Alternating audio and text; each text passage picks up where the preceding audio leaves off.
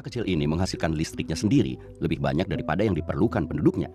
Listrik tidak dihasilkan satu pembangkit tenaga listrik besar, melainkan dari jaringan pembangkit listrik kecil yang saling terhubung. Delegasi dari berbagai negara sudah pernah datang ke sini untuk melihat sistem pembangkit listriknya. Biasanya mereka disambut Arno Zengerle. Sejak 23 tahun, dia menjabat wali kota di sini dan sejak awal dia mendukung peralihan ke energi terbarukan. Sejak 1999, kami sudah memikirkan bagaimana menerapkan energi terbarukan.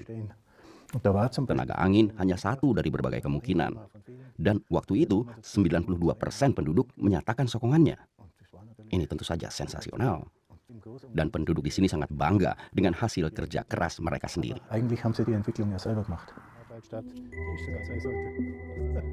Warga kota kecil ini menginvestasikan 50 juta euro dalam 20 tahun terakhir untuk membangun 300 sistem tenaga matahari, 9 turbin angin, dan sejumlah pembangkit listrik tenaga air. Kami ingin menunjukkan bahwa pengendalian regional untuk produksi energi bisa dilakukan. Tentu saja harus ada nilai ekonomisnya. Dan kalau modelnya menguntungkan, menghemat pengeluaran, apalagi punya dampak positif untuk lingkungan hidup, tentu manfaatnya berlipat ganda.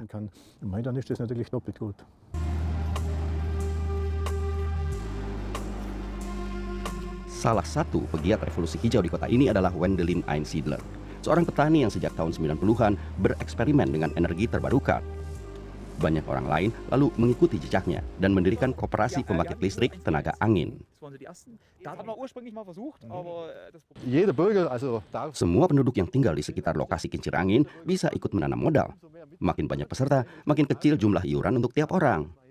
Dan kalau uangnya berlebih, orang-orang di sini lalu bertanya, kapan kita bangun turbin angin yang baru lagi? Wendelin sudah membangun 4 pembangkit listrik di lahannya. Dia juga mendesain sendiri beberapa komponen. Listrik di sini seluruhnya diproduksi secara lokal, termasuk memanfaatkan kotoran ternak dari 20 peternakan yang ada di sini. Dengan itu, penduduk menghemat seluruhnya sampai 700.000 liter minyak pemanas ruangan setiap tahun. Memenuhi kebutuhan listrik tentu tidak cukup hanya mengandalkan biomasa, tenaga matahari, angin, tenaga air juga harus dimanfaatkan. Dengan kombinasi yang tepat, tidak akan sulit memenuhi kebutuhan listrik 100% dengan energi terbarukan. Apa yang dilakukan di Wilpolstried juga bisa dilakukan di tingkat distrik dan di negara-negara bagian yang lain. Seandainya ratusan ribu rumah tangga mengikuti jejak penduduk di kota ini dan membangun pembangkit listriknya sendiri, mungkin di masa depan tidak perlu lagi membangun banyak pembangkit listrik raksasa.